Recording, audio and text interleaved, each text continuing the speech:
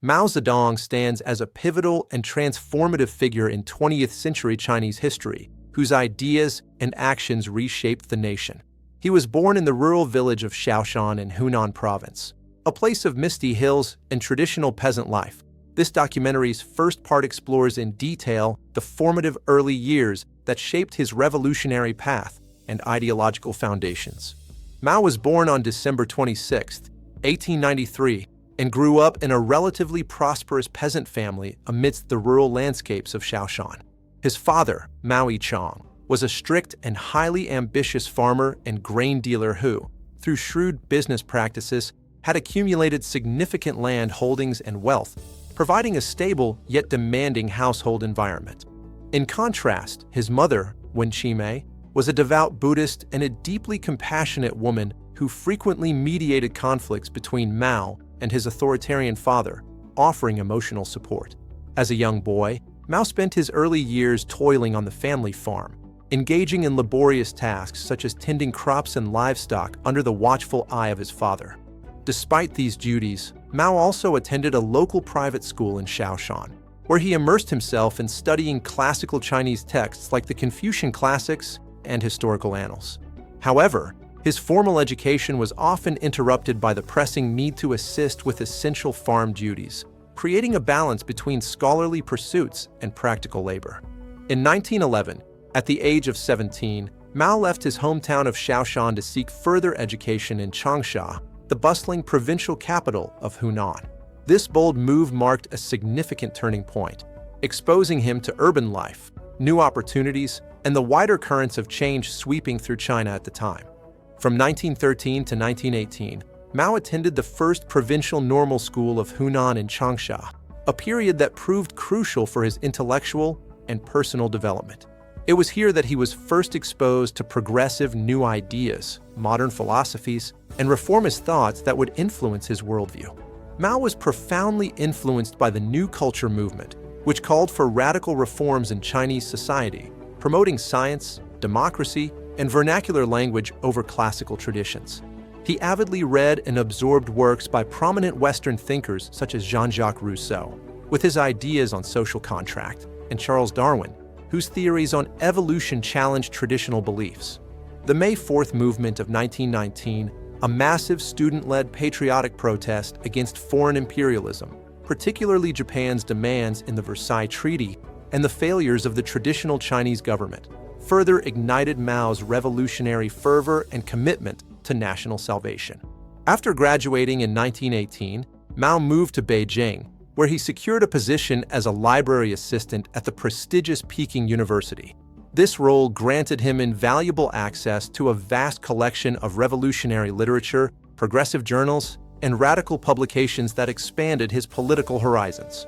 It was during his time in Beijing that Mao met and was influenced by key Marxist scholars, including Li Dajiao, the university librarian and early Marxist thinker, and Chen Duxiu, a leading intellectual who advocated for socialism. Both would later become co-founders of the Communist Party of China alongside others. Returning to Hunan in 1919, Mao became increasingly active in political organizing and cultural dissemination. He founded the Cultural Book Society, which operated as both a bookstore and publishing house, distributing progressive literature, Marxist texts, and reformist materials to spread new ideas among the local populace. Building on this, Mao began systematically organizing workers in factories and students in schools across Hunan, fostering group discussions and study circles. These efforts laid essential groundwork for future revolutionary movements, with a primary focus on mobilizing and awakening the masses to political consciousness. In July 1921, Mao Zedong traveled from Hunan to Shanghai to attend the First National Congress of the Communist Party of China, where he emerged as one of the founding members of this groundbreaking organization. This secretive gathering united Marxist groups from across China into a single party. This historic event formally established the Communist Party of China, or CCP, which would go on to profoundly alter the course of modern Chinese history through its leadership in revolution and governance. Mao's active participation in its inception positioned him at the very foundation of this influential movement. In 1927, amid escalating tensions, Mao led the autumn harvest uprising in the rural areas of Hunan and Jiangxi provinces, organizing peasants in an armed revolt against the ruling nationalist government of Chiang Kai-shek.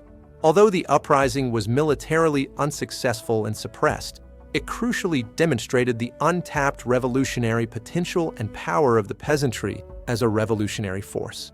Following the defeat, Mao and his followers retreated to the countryside, where in 1931 he helped establish the Jiangxi Soviet, a self-governing rural base area in the remote mountainous regions of Jiangxi. This Soviet served as a vital stronghold, allowing communists to experiment with alternative governance away from nationalist control. Within the Jiangxi Soviet, the CCP developed its own independent structures of governance, implemented bold land reform policies redistributing property from landlords to peasants, and honed military strategies suited to guerrilla warfare. These innovations provided a model for future communist expansion beyond urban centers.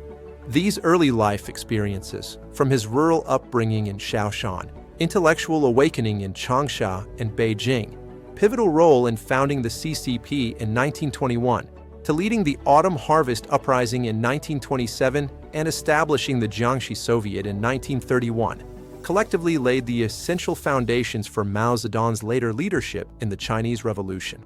Mao's remarkable journey from the son of a prosperous peasant farmer to a pioneering revolutionary leader was characterized by his profound understanding of the struggles of the Chinese masses, particularly the rural poor, and his relentless pursuit of sweeping political and social change across the nation. In the first part of our series, we explored the early life and revolutionary awakening of Mao Zedong, tracing his path from a young radical to a prominent figure within the Chinese Communist Party. Now, we delve into the pivotal period of his leadership, examining the strategic maneuvers and ideological developments that solidified his power and ultimately reshaped China. The Long March, a monumental military retreat undertaken by the Red Army of the Communist Party of China, began in October 1934. Over 370 days, various communist armies marched approximately 6,000 miles, enduring immense hardships and significant losses. This epic journey, culminating in their arrival in Yan'an, Shaanxi Province, in October 1935, became a defining moment in the party's history. In Yan'an, Mao Zedong consolidated his leadership, establishing a new base of operations and implementing the rectification movement. This movement, from 1942 to 1944, aimed to purify party ideology and strengthen Mao's authority, shaping the future direction of the CCP. With the Japanese invasion of China in 1937, the Chinese Communist Party and the nationalist Kuomintang, led by Chiang Kai-shek, formed a fragile united front. Despite their deep ideological differences, both factions temporarily united to resist the common enemy. This period of cooperation, though fraught with tension, allowed the CCP to expand its influence and military strength in rural areas. Following Japan's surrender in 1945, the civil war between the communists and nationalists resumed with renewed intensity. Through strategic military campaigns and widespread popular support, the communist forces steadily gained ground. Ultimately, the nationalist government retreated to Taiwan, paving the way for the communist victory on the mainland. On October 1, 1949, Mao Zedong stood at Tiananmen Square in Beijing and famously proclaimed the establishment of the People's Republic of China. This momentous event marked a new era for China, with Mao as its paramount leader. Early policies included extensive land reform, redistributing land from landlords to peasants, which garnered significant rural support. However, ambitious economic initiatives soon followed, most notably the Great Leap Forward, launched in 1958. This campaign aimed to rapidly transform China from an agrarian economy into an industrial socialist society through collective farming and backyard steel production. Despite its intentions, the Great Leap Forward led to widespread famine and economic disaster, resulting in millions of deaths by 1962. In 1966, Mao initiated the Cultural Revolution, a decade-long socio-political movement that profoundly impacted Chinese society. He called upon the youth, known as Red Guards, to challenge traditional authority and purge capitalist and traditional elements from Chinese society. The movement led to widespread destruction of cultural heritage, persecution of intellectuals, and severe social upheaval. Political campaigns and factional struggles continued throughout this tumultuous period, leaving a deep scar on the nation. Mao Zedong's health declined in his later years, and he passed away on September 9, 1976, at the age of 82. His death marked the end of an era and paved the way for significant reforms and changes in China's political and economic landscape. Mao Zedong's leadership profoundly shaped modern China, leading to its unification and establishing its global influence. His legacy remains complex, characterized by both revolutionary achievements and immense human cost.